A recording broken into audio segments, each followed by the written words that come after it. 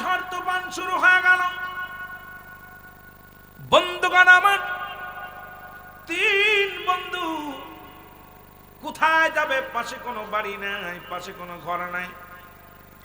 তিন বন্ধু চিন্তা করে কি করা যাবে, কোথায় যাব।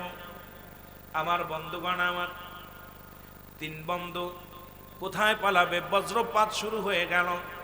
একটা গুহার মধ্যে আশ্রয় নিলেন। ভালো করে খেয়াল করবেন, একটা গুহার মধ্যে যখন গেলেন, সঙ্গে সঙ্গে এই গুহাটার মধ্যে একটা পাথর আসিয়া গুহার মুখটা বন্ধ হয়ে গেছে। জোরে বলেন মারহাবা। যখন গুহার মুখটা বন্ধ হয়ে গেল, তিন বন্ধু চিন্তা করে, রব্বে কারীম,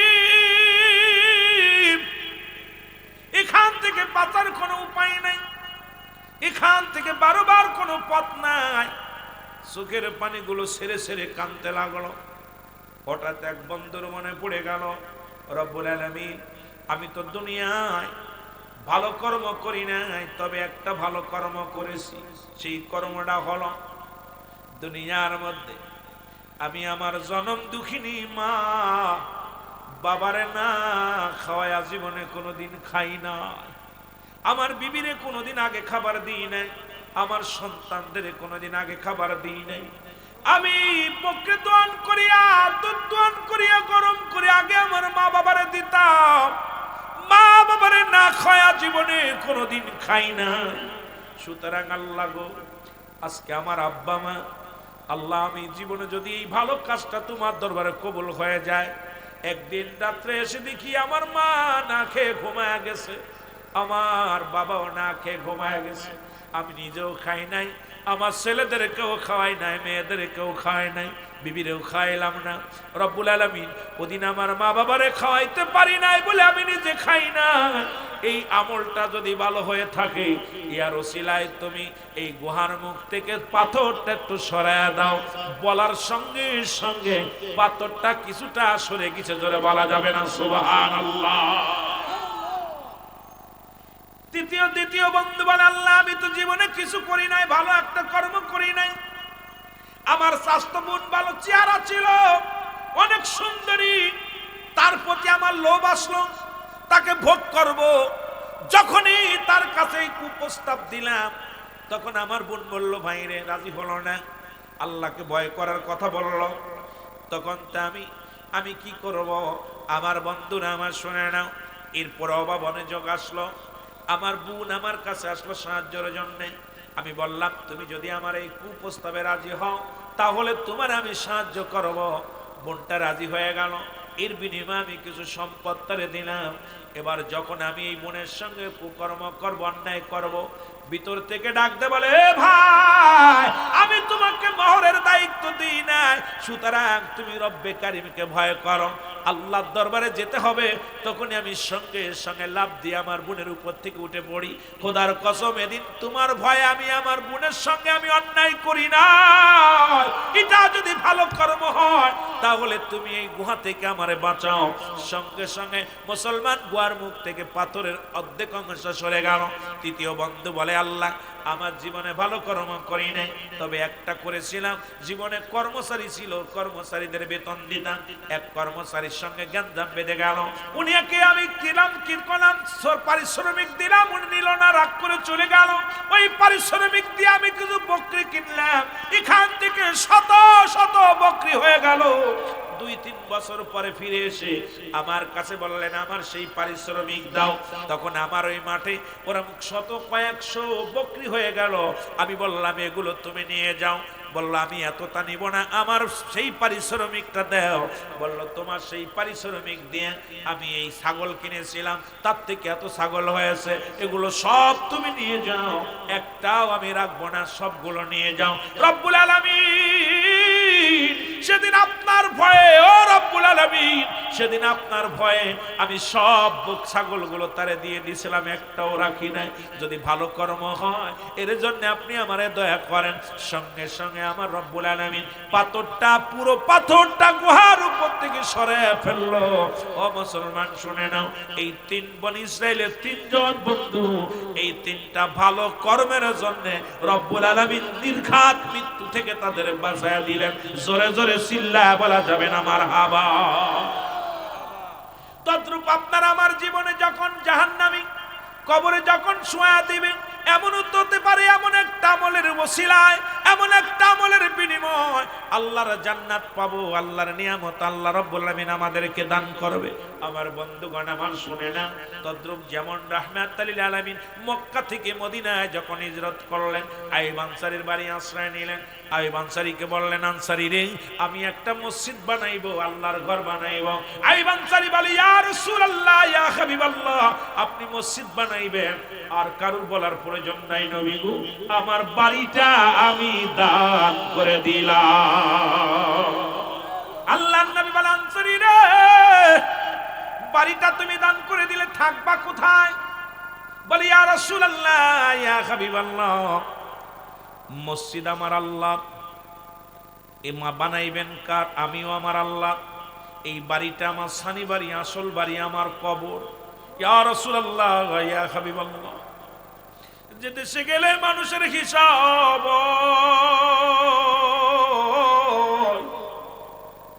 যে দেশে গেলে মানুষের বিচার হয়, ইয়া রাসূলুল্লাহ, আমরা সেই দেশের যাত্রী। নবী গো, ও মায়ের নবী, আপনি কি বানাইবেন? মসজিদ বানাইবেন, আমার বাড়িটা দান করে দিলাম। আমার নবী বলেন, তুমি থাকবা কোথায়? বলি, ইয়া রাসূলুল্লাহ, ইয়া হাবিবাল্লাহ, এই দুনিয়া চিরস্থায়ী নয়, আমার আসল ঠিকানা তো আমার কবর। সুতরাং এই বাড়ির আমার প্রয়োজন নাই, এই বাড়িটা আমি আল্লাহর ঘর বানানোর জন্য দান করে দিলাম।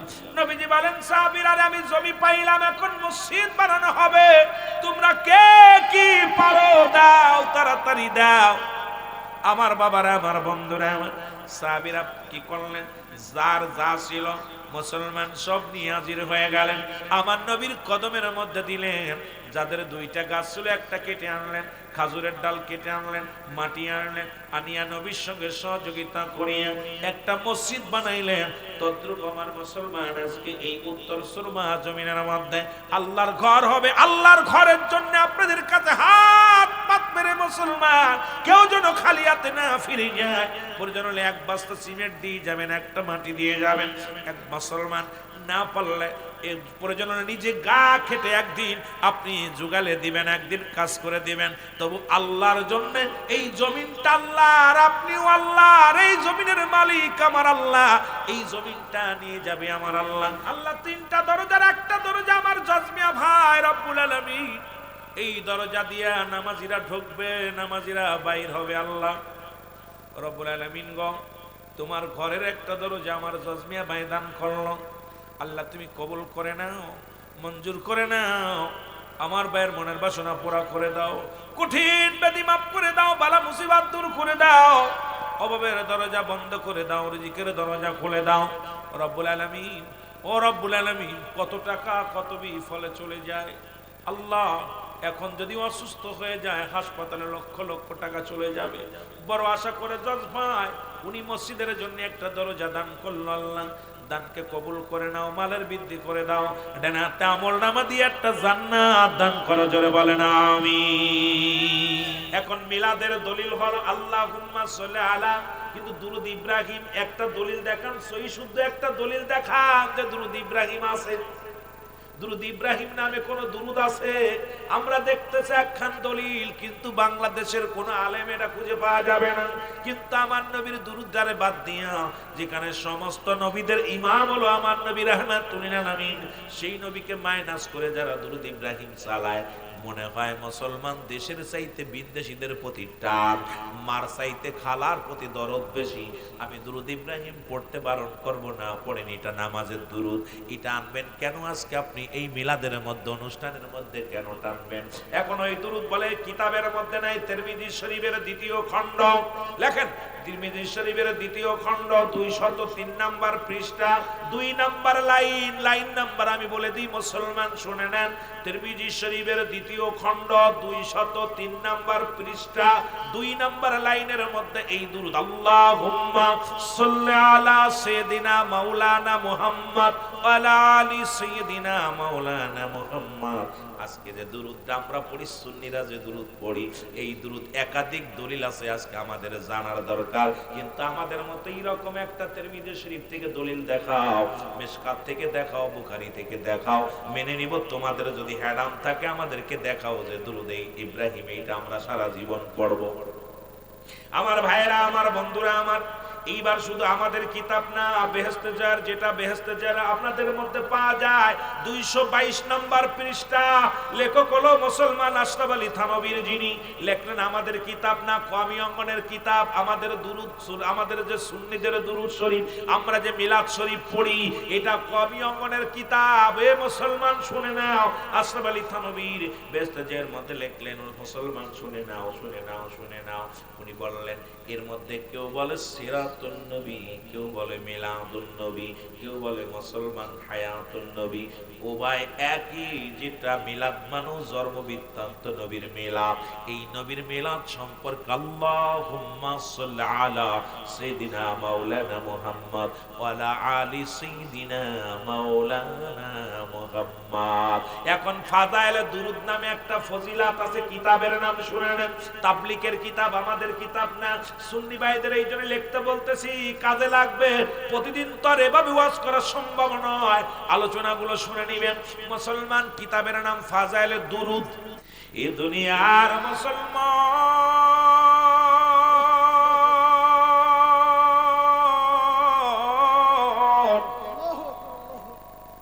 বলতেছিলাম, এটা তাবলীগ জামাতের কিতাব। মুসলমান ফাযাইলে দুরূদ, রাসূলুল্লাহ দুরুদের ফজিলত, নবীর দুরুদের বিষয় নিয়ে আলোচনা করছে, যেটা নিয়ে বর্তমান ঝামেলা। আমরা সুন্নিরা নবীর দুরুদ বেশি পড়ি, নবী নবী বলে পাগল হই। বাতিলেরা এটা পছন্দ করে না। এই জন্য কেন পাগল হই, কেন জবাবটা আমাদের আগে জানার দরকার। জোরে বলেন ঠিক কিনা? এবার কওমি অঙ্গনের একটা কিতাব, এ মাধবপুরের বাবারা, হবিগঞ্জের বাবারা শোনো, কিতাবের নাম ফতোয়ায়ে দেওবন্দ, লেখছেন আল্লামা শফিক আহমেদের লেখা, যেটা কওমি অঙ্গনে পড়ানো হয়।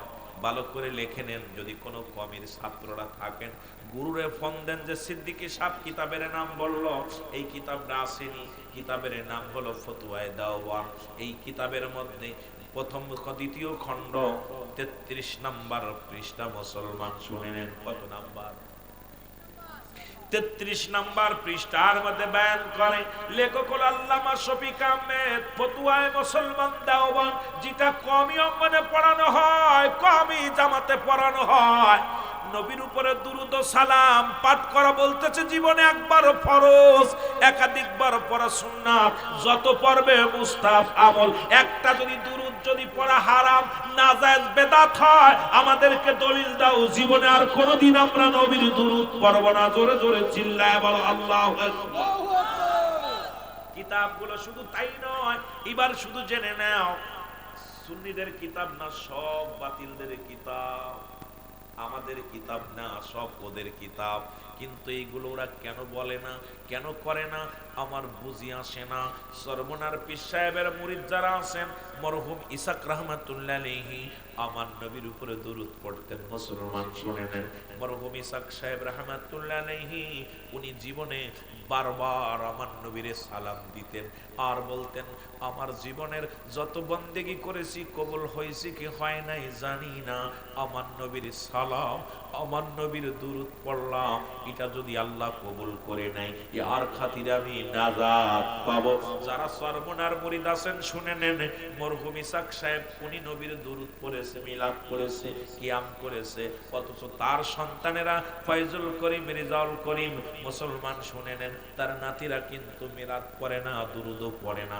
বড় কষ্ট লাগে রে মুসলমান। শুধু তাই নয়, মুসলমান শুনে নাও, শামসুদ্দিন মুসলমান শামসুল হক ফরিদপুরি, ও যুবক, যিনি মামুনুল হকের বাবা, উনিও নিজে কিয়াম করেছে, দুরুদ পড়েছে। আজকে বাবারা শুনে নাও, নবীর দুরুদ নিয়ে পাগল ছিল কে? শামসুল হক ফরিদপুরি, যার সন্তানেরা এখন দুরুদও পড়ে না, মিলাদও পড়ে না, কিয়ামও করে না, অথচ মুসলমান তার বাবা কিন্তু রাসূলকে সালাম দিছে, আমার নবীর দুরুদ পড়ছে। আজকে তোমাদের ভিতরে তো ঝামেলা কেন? সুন্নিরা তো নবী নবী বইলা পাগল হয়। আল্লাহ বলে ইন্না, নিশ্চয়, ইন্নাল্লাহ, আমি আল্লাহ, ইউসাল্লুনা, আমি পড়েছি, আলান নবী, আমার নবীর উপরে, ইয়া আইয়ুহাল্লাযীনা আমানু, আল্লাহ যদি বলতি ইয়া আইয়ুহান নাস, ও মানুষ সম্প্রদায়, আল্লাহ মানুষে ডাক দেন নাই, আল্লাহ ডাক দিছে ইমানদারদের, বিশ্বাসীদের ডাক দিছে। বিশ্বাসীরা তোমরা শুনে না, আল্লাহ বলে ইয়া আইয়ুহাল্লাযীনা আমানু, হে ইমানদারেরা, বিশ্বাসীরা, সাল্লু আলাইহি ওয়া সাল্লিমু তাসলিমা, দুরুদ ও সালাম পাঠ করো আমার নবীর উপরে। দুইটা কায়দা, একটা হলো তাসলিমান, আর একটা হলো তাজিমান। কেমনে পড়ব আল্লাহ জানিয়ে দেয়, তাসলিমান, তাগিদ দিছে পড়ার জন্য, ঘোষণা আমার আল্লাহর। যারা গ্রামার পারো, যারা কোরআন পড়ো, যারা মুসলমান, যারা গ্রামার বুঝবা, তারা ভালো করে মেমোরির মধ্যে লাগাইবা। আমি সিদ্দিকের দলিল না, দলিল হলো আমার আল্লাহ। আল্লাহ কয় তাসলিমান, তাগিদ দিছে পড়ার জন্য। কেমনে পড়বে? তাজিমান, সম্মানের সঙ্গে। যার উপরে দুরূদ পড়ে আমার আল্লাহ, যার উপরে দুরূদ পড়ে ফেরেশতারা, যার উপরে দুরূদ পড়ে ফেরেশতা কুল সমস্ত মাখলুকাত, আর সেই নবীরে বাদ দিয়া অন্য নবীর প্রশংসা করো, বড় কষ্ট লাগে। জোরে জোরে চিল্লায় বলো ঠিক কিনা? আর একটু জোরে বলো ঠিক কিনা?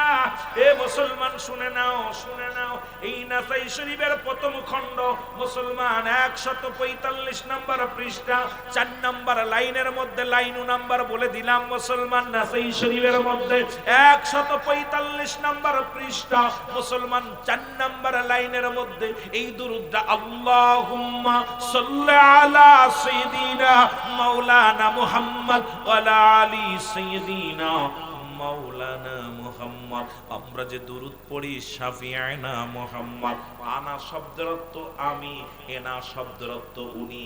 এখানে ঝামেলার কারণে ওলামায়ে কেরাম এটাকে সূরা করে বলেছে, তোমরা আনা বলো না, আপনি নবীরে পার করতে পারবেন না, শাফিআনা, নবী, আমি নবীরে পার করব, আর শাফিআনা, নবী আমাকে পার করবে। সুতরাং এই পৃথিবীর মধ্যে আমরা সবাই নবীর গোলাম, নবী আমাদেরকে পার করবে। জোরে বলেন ঠিক কিনা? আর একটু জোরে বলো ঠিক কিনা? এ বন্ধুগণ আমার, শুধু বড় কষ্ট লাগে আজকে দুরূদটা নিয়ে, এই মিলাদ নিয়ে ঝামেলা সারা বাংলাদেশে। আমি সবাইকে বলি, আসো আমরা বসি এক জায়গা। যদি আমাদের দুরূদ না থাকে, আমাদের মিলাদ না থাকে, যেটা মিলাদ শব্দের অর্থই জন্ম বৃত্তান্ত, নবীর দুরূদ যদি, এই দুরূদ যদি না থাকে, তুমি একাধিকবার দুরূদ পড়ো, একাধিক প্রকার পড়ো, কোনো ঝামেলা নাই, কষ্ট নাই। কষ্ট হলো ওখানে যেখানে আমার নবীকে মাইনাস করে অন্য নবীর প্রশংসা করো, তখনই কষ্ট লাগে, তখনই কষ্ট লাগে। তুমি মুসলমান, দুরূদ আসলে মিলাদের কোথায়? তুমি নিয়ে আসলা কোথায়? মুসলমান নামাজের দুরূদ আইনা দিলা চাচার কবর কনে, চাচি কান্দে কনে, দুরূদ হলো কোথায়? মিলাদের দলিল নিয়ে আসলা তুমি কোথায়? নামাজের মধ্যে, নামাজের দলিল আনলা নামাজের মধ্যে। এগুলো চলবে না, চলবে না, চলবে না, চলবে না। জোরে বলেন মারহাবা। মনোযোগ। এই জন্য আপনাদের অনুরোধ করে যাব, সেই নবীর উপরে একবার যদি কোনো ব্যক্তি দুরূদ পড়ে, নবীর উপরে একবার পড়লে 10টা গুনাহ মাফ হয়ে যায়। একবার যদি কোনো ব্যক্তি দুরূদ পড়ে, 10টা গুনাহ মাফ হয়ে যায়, 10টা নেকি তার আমলনামায় লেখা হয়। ওই নবীর উপরে কোনো ব্যক্তি যদি একবার দুরূদ পড়ে, আল্লাহুম্মা সাল্লি আলা সাইয়্যিদিনা মাওলানা মুহাম্মদ, সঙ্গে সঙ্গে মুসলমান, যদিও কিছু না পড়েন, সাল্লাল্লাহু আলাইহি ওয়াসাল্লাম বলার সঙ্গে সঙ্গে আমার বাবারা, আমার 10টা করে পুরস্কার ইয়াউমাল কিয়ামতের ময়দানে আল্লাহ দান করবে। যখন আপনি বলবেন সাল্লাল্লাহু আলাইহি ওয়াসাল্লাম, আমার বাবারা আমার সঙ্গে সঙ্গে আমার আল্লাহ খুশি হয়ে যাবে আপনার উপরে। যখন বলবেন সাল্লাল্লাহু আলাইহি ওয়াসাল্লাম, আমার বাবারা আমার সঙ্গে সঙ্গে আপনার উপরে খুশি হয়ে যাবে ফেরেশতারা। যখন বলবেন দুরূদ যদি আল্লাহুম্মা সাল্লি আলা সাইয়্যিদিনা মাওলানা মুহাম্মদ, যদি নাও পারেন বলবেন সাল্লাল্লাহু আলাইহি ওয়াসাল্লাম। এইটা বলার সঙ্গে সঙ্গে আমার আল্লাহ রাব্বুল আলামিন বলেন ওই ব্যক্তির উপরে খুশি আমার নবীজি নিজেই হয়ে যাবে। এ মুসলমান গভীর মনোযোগ, এবার শুধু কিয়ামের বিষয় জন্য বলে মুসলমান গভীর মনোযোগ, কিয়ামের বিষয় নিও। ও মুসলমান তাসাউফ মুসলমান শুনে নাও, আমার মুসলমান শুনে নাও। ও যুবক বন্ধুরা আমার, এই যে আমরা নবীর সালাম জানাই কিয়াম করা, আমরা এটাও আজকে আমাদের সমাজে বন্ধ হয়ে যাচ্ছে। আমার বাবারা আমার মিলাদ তো বন্ধ হয়ে যাচ্ছে, দুরূদ শরীফ বন্ধ হয়ে যাচ্ছে। এগুলো আমাদেরকে একবারে মুসলমান কঠিন ভাবে আমাদেরকে আলোচনার মধ্যে আনতে হবে। মুসলমান শুনে নেন আমার ভাইয়েরা আমার, আবার আর একটা বিষয় নিয়ে আমি কয়েকটা বিষয়ের উপরে কথা বলবো, খুব গুরুত্ব মুনাজাতের বিষয়। এখন কয় দোয়া করা লাগবে না, জোরে কোন ঠিক কিনা? আর একটু জোরে বলেন ঠিক কিনা? ও যুবক শুনে নাও, মানুষ যদি মারা যায় ওনাদের কিতাব ফতোয়ায়ে দেওবন্দের মধ্যে মুসলমান প্রথম খণ্ড পৃষ্ঠা নাম্বার মুসলমান 24 নম্বর ফতোয়ায়ে দেওবন্দের মধ্যে লেখক হলো আল্লামা শফিক আহমেদের লেখা। এই কিতাবের মধ্যে লেখছে 5 ওয়াক্ত নামাজ আদায় করে জিয়ারত করে সর্বআলাতে আল্লাহর দরবারে দুটি হাত উঠায়া দোয়া করা হলো উত্তম মুস্তাহাব। জোরে জোরে চিল্লায়া বলা যাবে না মারহাবা। এখন দোয়া করাও বন্ধ হয়ে যায়, আপনাদেরকে আমি জানা দিয়ে যাই বাবা গভীর মনোযোগ। এই সমাজের মধ্যে আমরা সুন্নিরা কিন্তু দোয়া করি, আর একটু জোরে বলেন করি কি করি না? কিন্তু ওরা দোয়া করতে রাজি নয়, কারণ দোয়া করলে ওরা মুসলমান এই দুনিয়ার মধ্যে। শুধু তাই নয় মুসলমান শুনে নেন আমার বাবারা, আবু দাউদ শরীফের মধ্যে 3000 মুসলমান 3199 হাদিস নাম্বার মুসলমান শুনে নেন। এরপরে মুসলমান শুনে ইবনে মাজার মধ্যে এ মুসলমান হাদিস নাম্বার হলো এক মুসলমান 1417 নাম্বার। এ যুবক শুনে নাও, হযরত আবু হুরায়রা রাদিয়াল্লাহু তাআলা থেকে বর্ণিত। এই যে এখন একটু আগে দেখলাম জানাজা পড়ে মাটি দেয়া হলো, রাসূল সাল্লাল্লাহু আলাইহি সাল্লাম বলছেন, আবু হুরায়রা রাদিয়াল্লাহু তাআলা থেকে বর্ণিত, উনি বললেন আমার নবীজি বলছে যখন কোন মানুষের জানাজা পড়াইবে, জানাজার নামাজ শেষ করার পর মায়েতকে সঙ্গে সাথে সাথে মায়েতের জন্য আল্লাহর দরবারে হাত উঠায় দোয়া করার হুকুম দিছে কে? আরো যারা বলেন কে? এখন কয়েকজন জানাজা পড়ে দোয়া করা জায়েজ নয়। সামনে নজরে পড়ে গেল বিলে, হঠাৎ করে যখন ঢুকতেছিলাম আমি জিগাইলাম ভাই ওখানে কি? বলে একজন মানুষকে দাফন দিতেছে, জানাজা পড়াইতেছে। আমার মুসলমান গভীর মনোযোগ আমার ভাইরা আমার বন্ধুরা আমার, তালি বুঝা গেল যেটা বলতেছিলাম আমার বাবারা আমার, ওই যে জানাজা পড়লো, জানাজা পড়ে দোয়া করা জায়েজ না না জায়েজ? জোরে বলেন জায়েজ কি না জায়েজ? এখন পায় দলিল না, দলিল যত লাগে আমাদের কাছ থেকে নিয়ে নেবেন, কারণ লাগবে কাজে লাগবে মুসলমান। কারণ এগুলো না জানলে আপনাদের বিপদ। আপনাদেরকে সাধারণ পাবলিকের আয়া ধরবে ওই বাতিলেরা, তারা বলবে দোয়া করা যাবে না, মোনাজাত করা যাবে না। যাবে না কোথায়? তোমাদের কিতাব বলে দোয়া করতে, আমাদের কিতাব নয়। তোমাদের কিতাব বলে, আগেই বলছি ফতোয়ায়ে দেওবন্দের মধ্যে প্রথম খণ্ড 24 নম্বর পৃষ্ঠা। এরপর আবু দাউদ শরীফ থেকে বললাম ও যুবক শুনে না, ওই আপনি মাথার মধ্যে যে দলিলগুলো শুনে নাও, এ রাসূল পাক সাল্লাল্লাহু আলাইহি সাল্লাম বয়ান করেছেন। হযরত আবু হুরায়রা রাদিয়াল্লাহু তাআলা থেকে বর্ণিত, উনি বললেন আমার নবীজি বলছে তোমরা যখন মানুষের জানাজা পড়বে সঙ্গে সঙ্গে বিশেষ দোয়া, বিশেষ করে তাদের জন্য মায়েতের জন্য বিশেষ দোয়া আল্লাহর দরবারে দোয়া করবেন, ঘোষণা আমার নবী। আরো যারা বলো ওই দলিল পড়ছো বুখারী শরীফের 2য় খণ্ড মুসলমান 900 মুসলমান গভীর মনোযোগ 37 নম্বর পৃষ্ঠা 2 নম্বর লাইনের মধ্যে মুসলমান শুনে নাও, তোমরা নামাজ আদায় করে নিয়েছো, যেহেতু নামাজ 2 রাকাত করে ফরজ হয়েছে, যখন তোমরা ফরজ নামাজ কয় ফরজ নামাজ ব্যতীত অনেকে দোয়া করে না, শুনে নাও নামাজ পড়ে দোয়া করা যাবে কি যাবে না লিখে নাও দলিলগুলো। দেখে এটা বিস্তারিত আলোচনা করা সম্ভব নয়। আবার একটা টুকি আসছে হুজুর কবর আসরের মধ্যে ঢুকতে কয়, এরা মুসলমান এই তো বিপদ, কারণ আপনি মাসলা মাসাইল নিয়ে আলোচনা করতে গেলেই আসে অনেক সময় কমিটির সাফ পা বেড়ে যায়, তখনই আলোচনার মোড় ঘুরে যায়, আমরাও সুর বাপ ভঙ্গি দিয়ে চলে যায়। সময় শুধু তারে না রে, এইটার নাম ওয়াজ নয়, ওয়াজের ময়দানে শিকার ময়দান, শিখতে হবে। জোরে বলেন ঠিক কিনা? এই নামাজ, ফরজ নামাজ পড়ে মুনাজাত করা জায়েজ নাই আমার বাবারা আমার। এরপরে বলে জানাজা পড়ে দোয়া করা জায়েজ নাই। বুখারী শরীফ ভালো করে নে, বুখারী শরীফের দ্বিতীয় খণ্ড 937 নম্বর পৃষ্ঠা 2 নম্বর কলম। এখানে আসছে 5 ওয়াক্ত নামাজ, ফরজ নামাজ ব্যতীত নামাজ শেষ করে দোয়া করার বিষয়। শুধু তাই নয়, বুখারী শরীফের দ্বিতীয় খণ্ড 938 নম্বর পৃষ্ঠা, বুখারীর প্রথম খণ্ড 140 নম্বর পৃষ্ঠা, ইমাম যখন দোয়া করবে, ইমাম যখন সালাম ফিরায়া দোয়া করবে, তখন সমস্ত মুসল্লিদেরকে নিয়েই দোয়া করতে বলছে। জোরে বলেন মারহাবা। আর একটু জোরে বলেন মারহাবা। আমি যে দলিলগুলো, পৃষ্ঠাগুলো, নাম্বারগুলো বলতেছি, এগুলো রেকর্ড করবেন, বাড়ি যায় মৌলবীরে দেখাবেন, মৌলবী ভালো করে এগুলো গবেষণা করবে। কারণ দেখলে এগুলো তো নিয়ে অনেক আলোচনা বাবা, বড় কষ্ট হয়। কারণ আমার বাবারা আমার শুনে নাও, নামাজ যেহেতু মুসলমান শুনে নাও, তিরমিজি শরীফের দ্বিতীয় খণ্ড 187 নম্বর পৃষ্ঠা, মুসলমান ফরজ নামাজ পড়ার পর, আজকে আমাদের দেশে ফরজ নামাজ পড়ে যার যার মতো চলে যায়। বাবারা শুনে নাও, তিরমিজি শরীফের হাদিস দ্বিতীয় খণ্ড 187 নম্বর পৃষ্ঠা, ফরজ নামাজ যখন শেষ হয়ে যাবে, ইমাম সাহেব দোয়া করবে, ইমাম সাহেব সকল মুসল্লিদেরকে নিয়ে হাত উঠায়া দোয়া করবে। এখন পায় না জায়েজ, কোথায় আছে না জায়েজ আমাকে এটা দেখাও, যাবে না, হারাম। আমরা যেরকম বুখারীতে পাইলাম, তিরমিজিতে পাইলাম, মুসলিমে পাইলাম, তোমরা এরকম সিয়াসিত্তার কিতাব থেকে একটা বলে দাও, যাবে না, জীবনেও করব না। আমরা সুন্নিরা দোয়া করি, আর ওরা নামাজ শেষ করে যার যার মতো উঠে হাঁটা দেয়, কারণ বিশেষ দোয়াটা করে সুন্নিরা। জোরে বলেন ঠিক কিনা? এ মুসলমান গভীর মনোযোগ শুইনা লাও গো।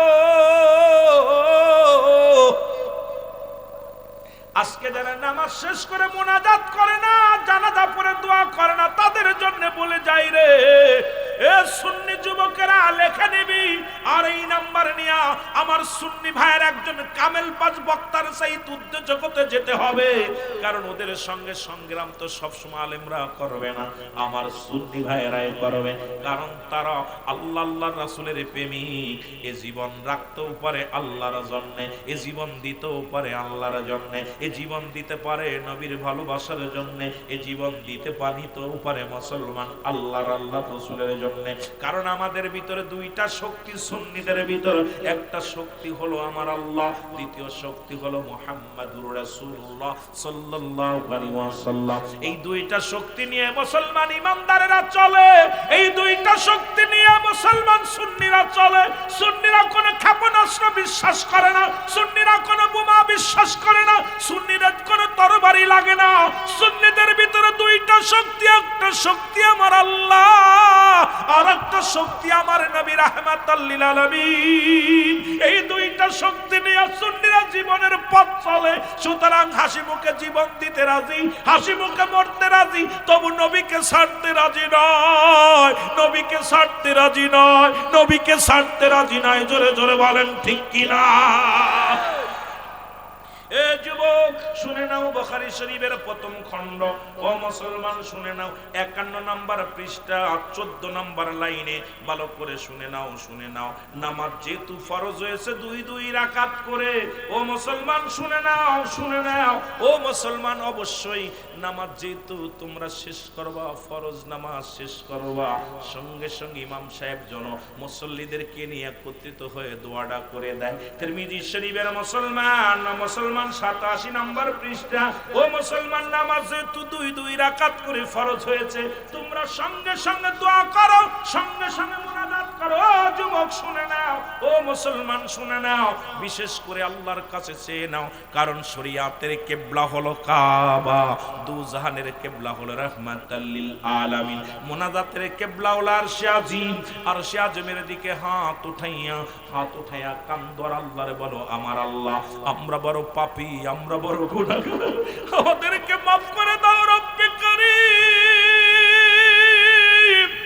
এ যুবকরা শুনে নাও, এবার কুরআনুল কারীম থেকে ভালো করে শোনো।